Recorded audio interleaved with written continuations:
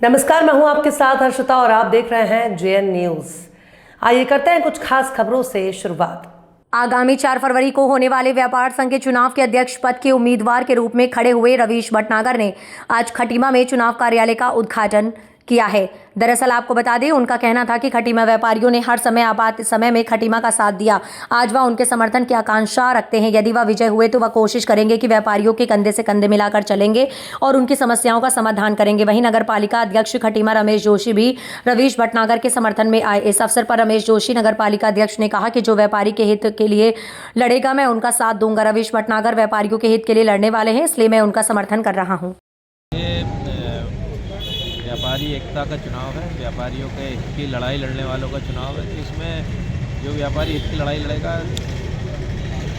ज़रूरी है कि व्यापारी उसी के साथ खड़े होंगे। तो आज ये देखने को भी मिला कि जो व्यापारी समाज है, व्यापारी हितों की लड़ाई लड़ने वाले रवीश भटनागर के साथ है।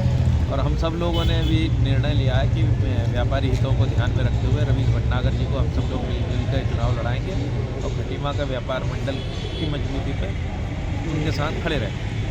छोटे व्यापारियों के लिए जहाँ तक नगर पालिका से क्षेत्र से संबंधित मामला है, तो हम उन लोगों के लिए वेंडर जोन की व्यवस्था करने की भरपूर कोशिश कर रहे हैं।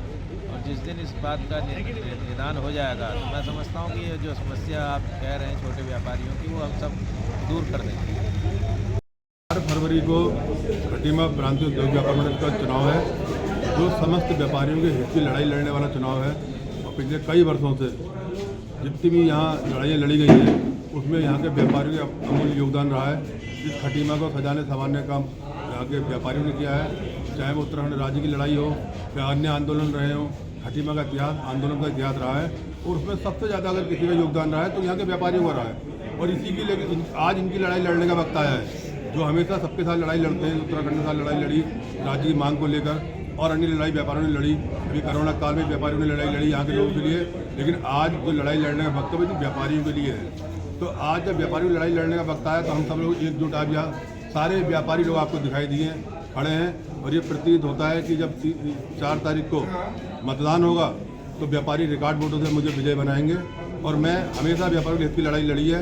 मैं 2005 में जब ये युवा व्यापारी था, तो यहाँ के व्यापारियों ने मुझे युवा व्यापार मंडल का अध्यक्ष बनाया था। 2012 तक मैं युवा व्यापार मंडल अध्यक्ष रहा। उसके बाद मेन व्यापार मंडल में मैं पदों पर रहा और हमेशा मैंने लड़ाई लड़ी है व्यापारियों के हित के लिए। तो आज मैं फिर ये यहाँ बताना चाहता हूँ कि 2005 से शुरू हुई लड़ाई, ये अनवरत जब तक मैं रहूँगा तब तक मैं व्यापारी हित की लड़ाई लड़ता रहूँगा और इनके लिए काम करता रहूँगा। इन्हीं उम्मीद के साथ कि इस लड़ाई मेरा साथ देंगे। खटीमा में सारे व्यापारी मेरे साथ हैं। मुझे पूरी उम्मीद है कि 4 तारीख को जब परिणाम आएगा तो एक भारी विजय खटीमा के व्यापारियों की होगी, मेरे साथ है। मैं प्रयास करूंगा कि ये व्यापार मंडल का चुनाव निपट जाएगा, इसका एक सुदृढ़ व्यापार मंडल हम गठित करेंगे। उसमें हम सभी व्यापारियों को लेंगे साथ में। और उसके साथ साथ मैं प्रयास करूंगा कि ये युवा व्यापारी, जो छोटे व्यापारी हैं, लघु व्यापारी हैं, चाहे वो और ठोकर ठेले फड़ वाले हों, इनको विस्थापित करने के लिए बात चल रही है। एक इनको यथास्थान परमानेंट स्थान दिलाने के लिए मैं माननीय मुख्यमंत्री जी से भी कहूँगा, नगर पालिका चेयरमैन से भी कहूँगा, और जो जिला पंचायत के अध्यक्ष हैं उनसे भी मैं मांग करूँगा कि इनको एक परमानेंट जगह, चाहे वो सब्जी मंडी के लोग हों, चाहे फल मंडी के लोग हों, मछली मंडी के लोग हों, अगर इनको जब तक एक यथास्थान में बिठाया नहीं जाता खटीमा की अच्छी जगह पे, तब तक मैं इनको हटने नहीं दूंगा। ये मैं वादा करूँ।